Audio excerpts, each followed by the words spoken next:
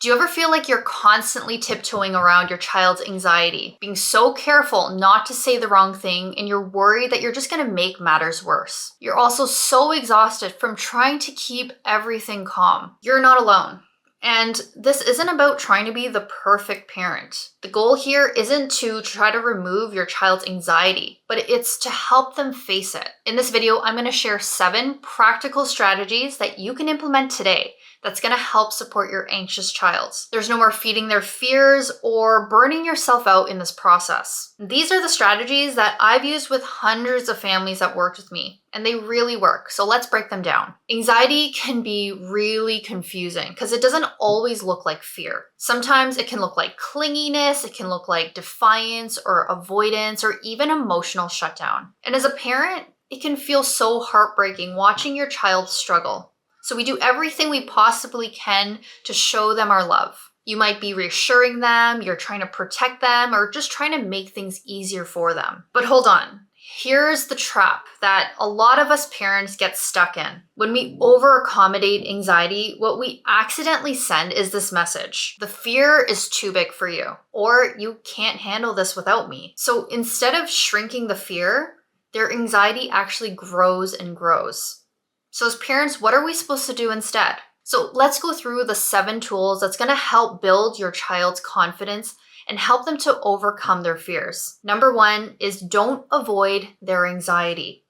Now here's a truth that many people do not want to hear, because I know avoidance feels like it's helpful in the short term, but it actually teaches your kids that they are not capable. So instead of avoiding the fear, try saying this to your child. I know this is scary, but I am right here, and I believe that you can handle this. Remember this: every time your child faces their fears and gets through it, even if it's messy, their brain is rewiring for more courage. Number 2 is to be positive, but to also be honest. It's so tempting to try to sugarcoat things.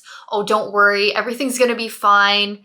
Right? We've all said those things to our kids. But the truth is, if something doesn't go according to plan, your child might start trusting your words. And this kind of distrust in the person that they trust the most will start to disrupt the connection that you have with them. So instead, tell them that, yes, this is going to feel tough and you might feel nervous, but you've done hard things before and you're going to get through it. This sets realistic expectations. And so you're aiming for hope, but you're still grounded in the truth. Number 3 is to validate without feeding the fear. So validation doesn't mean to just agree. Oh, you're scared, and to leave it at that. It means to let them know that I see you, I hear how big this feels for you, but to also help them to gently shift, to help them to start believing that they can actually handle these big feelings. So your child might be afraid of going to the dentist.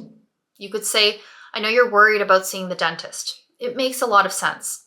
But I also know that you can handle hard things. So you're not removing the challenge. You're not trying to help them avoid the fear, or you're not trying to paint a positive picture that is not going to be a reality when they still end up at the dentist. You're helping them to walk through the challenge. Number 4 is to ask open-ended questions. Instead of leading with, are you scared right now?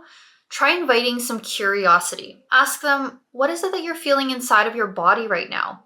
Or what are some thoughts that keep showing up? These types of questions help your kids move from feeling overwhelmed to having more awareness about what their bodies and their minds are feeling. And when they can start naming it, they can start taming those big emotions, and that's the start of managing it. Number 5 is to not assume, but to stay curious. So as parents, we all have inclinations. We all feel like we know what our kids are going through.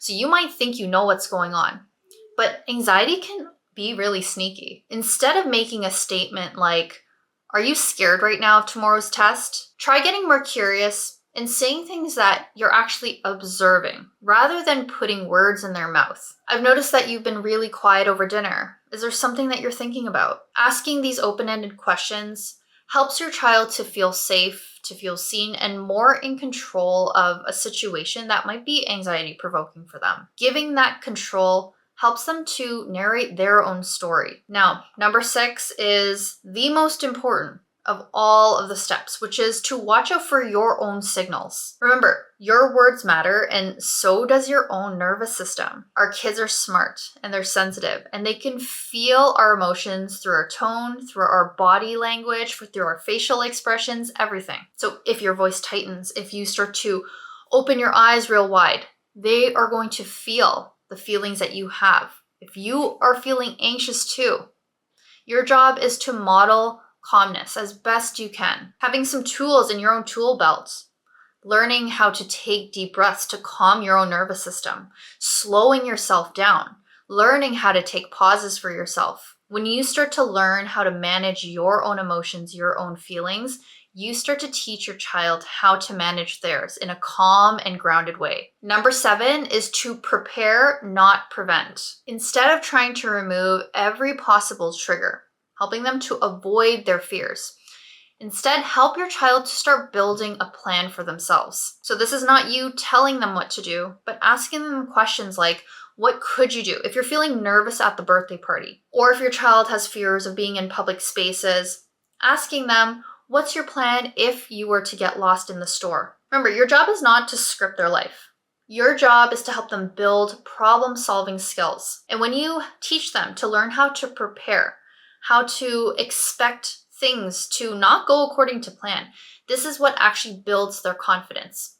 And overprotecting them is what's going to perpetuate their fears. Ultimately, remember, parenting is not about perfection. What they actually need from you is your calmness and your presence and your belief that they can overcome their fears. With your support, they will learn how to go through their fears and overcome so that they can move forward. If these tips helped you, please like and subscribe to my channel to get more tools on parenting sensitive and anxious kids. And also, tell me in the comments section what's one thing your child is feeling anxious about. I'd love to hear it. Thank you so much for watching, and I'll see you in the next one.